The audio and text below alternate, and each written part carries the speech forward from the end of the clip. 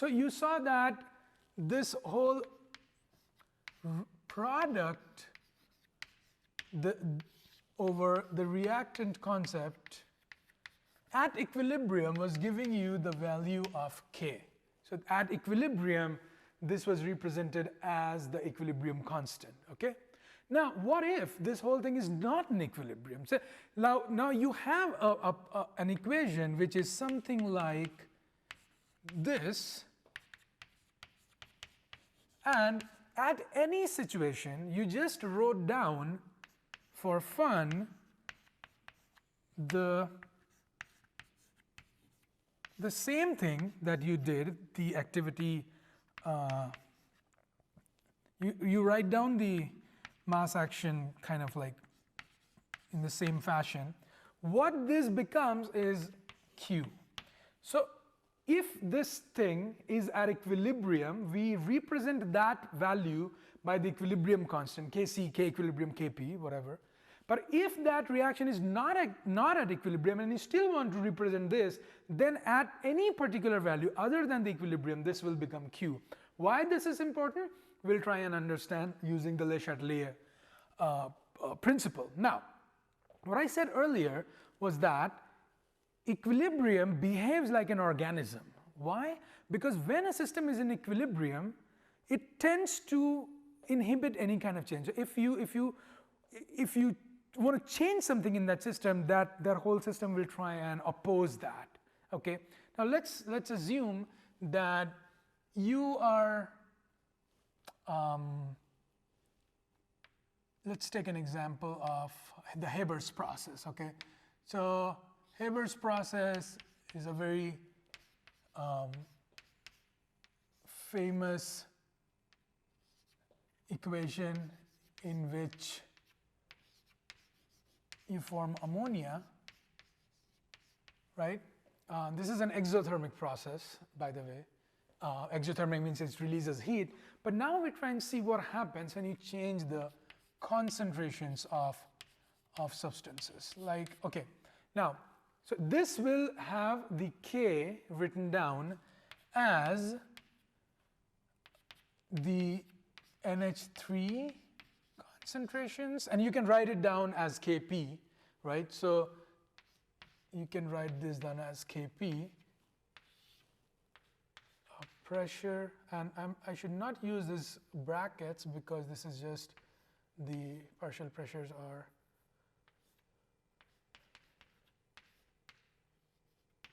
times P of N2. So Kp becomes this value, right? And we know there is a relationship between Kp and Kc, but let's assume this is what is happening. Now let's assume that this whole reaction is at equilibrium. Okay, this whole equation is at equilibrium. So what is happening when we change the concentration of any one of these components? Now, what will happen is, if you say you increase the concentration of hydrogen, what will happen to Kp? Kp wants to be constant. Kp doesn't want to change. But you made the pressure of hydrogen, you increase the pressure of hydrogen in here. So what happens? pH2 in here increases. Now this whole system wants to resist the change.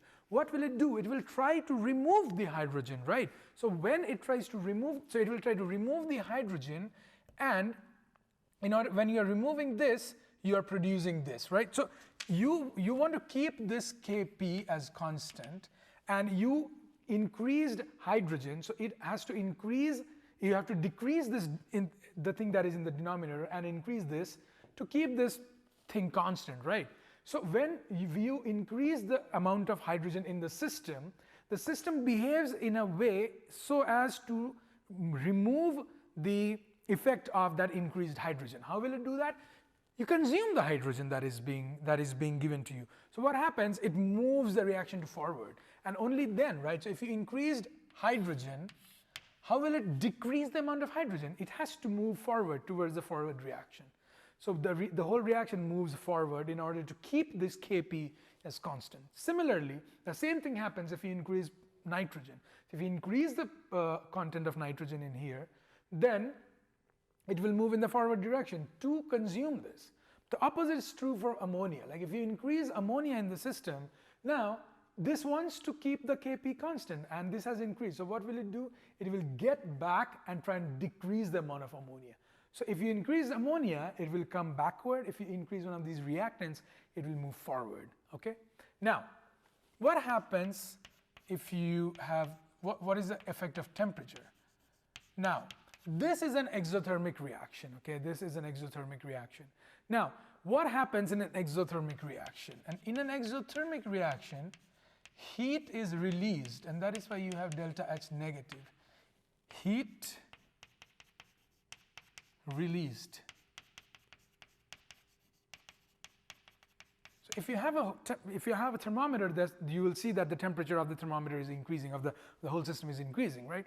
So now, what if externally you are increasing more? You have a system in which you are cooking ammonia, and then you crank up the heat of the entire system. You crank up the heater of that entire building in which this was happening, maybe. What happens? Now, when temperature increases, this whole thing wants to keep the temperature constant. How will it keep the temperature constant? Now, you are increasing the temperature.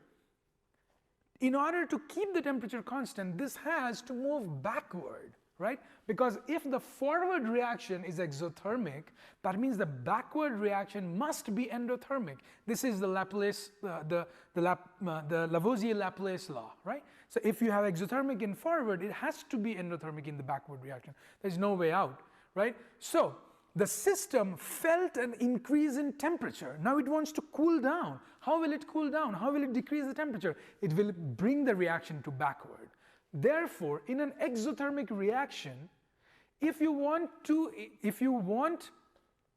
increase the amount of the products, you have to lower the temperature, right? So if you lower the temperature of this thing, of this reaction, what will the system say? Oh, I want more temperature. Why is the temperature decreasing? How will it increase the temperature? It will move forward, right?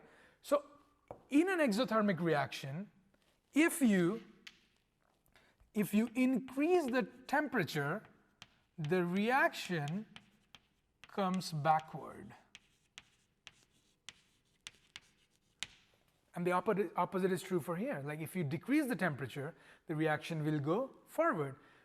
The same is true for the opposite. Like if in an endothermic reaction, so how will you make an exothermic reaction go in the forward direction? How will you favor an exothermic reaction? You decrease the temperature, and then you favor forward reaction. And if you have an endothermic reaction, you increase the temperature, and then you favor, right? Because say there is an endothermic reaction which is coming back. Now you want to have more things coming back. What will you do? You will increase the temperature. So when the system increases its temperature, the system now wants to decrease it further, right? So how will it decrease it further? It will move more back. So if you have an exothermic reaction, if you want to take it forward, you have to decrease the temperature. If you have an endothermic reaction, if you want to take it further, you have to increase the temperature, okay? Now let's look into the example of the pressure, right? Okay, so to visualize this, let's draw this thing out, okay? Now let's assume that you have 3 hydrogens and you have 1 nitrogen, okay? And in here you have 2 ammonias, right? Okay, now you see when you increase the pressure, how is the system going to respond? It will try to lower the pressure, right? It will try, if you have increased the pressure externally, it will try to lower the pressure. How? It cannot physically lower the pressure, but it will do something inside the system so that the pressure is decreased. How will it lower the pressure? Now, when the pressure has increased, what the system feels is now, I have to do something in order to get the pressure lower. How will it do that? It will move to a system which will give you the lower number of molecules. So which system has lower number of molecules? This system had 3 plus 1, 4. This, on the right hand side on the product, we have 2. Which system would be a better way to decrease the pressure, right? So if you move from left to right. So if you move the pressure high to a higher level, so if you increase the pressure, the reaction will go towards lower values. So like this will go towards, or there's a better way of writing it. So if you increase the pressure, you will move to lower number of moles of the gas. And the opposite is true, right? If you decrease the pressure, now the system wants to increase the pressure, and then it comes back. Okay, so this is Le-Chatelier principle. Okay, pretty simple ideas of this principle. All right, now the next step would be to combine reaction equations, which we'll see forward. But before that, let's try and see what happens with the Q.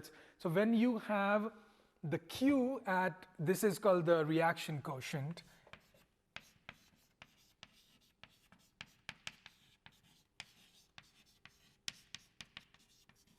So there must be some relationship between the reaction quotient and the equilibrium constant, right?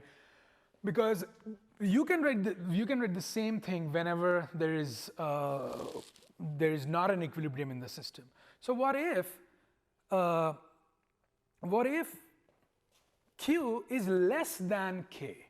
What does that mean? Q is less than K. That means this ratio is less than this ratio. Now, if Q is less than K, or you can also say Q by K is less than 1, whatever. What will the thing do to increase? It will try to move from Q to K. That's the whole idea. I want to go from Q to K because K is in equilibrium. How will you move from Q to K? You will try and increase this, right? That's how you will increase the value of Q, because Q is this. So you will want to increase the value of the products. And how will you increase the value of the products? You move in the forward direction, right? That's how you increase the amount of products, right? If this is opposite, if Q is more than K, right? If Q can be more than K, right? What if Q is more than K? You want to decrease this ratio. How will you decrease this? You decrease this value. How will you decrease the products? You move backward. So in doing that, you move backward, you decrease this value, increase this. Totally, you decrease the value of Q. So if you have Q greater than K, you move back. That's the idea. That's how you understand Q and K. And when Q is equal to K, that's equilibrium state, then nothing is going to happen. I mean, the reactions are still going on, but nothing is, net process, nothing is happening. Like equilibrium is a very dynamic process. If the system is in equilibrium, that doesn't mean nothing is happening. That means that whatever is happening in the forward direction and in the backward direction, that is equal. And we'll see that how that plays out in chemical kinetics. But as of now, try and understand this, that okay, whenever we have an equilibrium, that doesn't mean that the whole system is static. Things are happening in either direction, but the net effect of what we see there is basically canceling each other, and we are seeing that the whole system is in equilibrium. Okay, so we understood Q and how this relates. We understood the Le-Chatelier principle. The next is we'll be trying to see how we can manipulate the different the different K values for different equations in a mathematical way, in an algebraic fashion. Okay.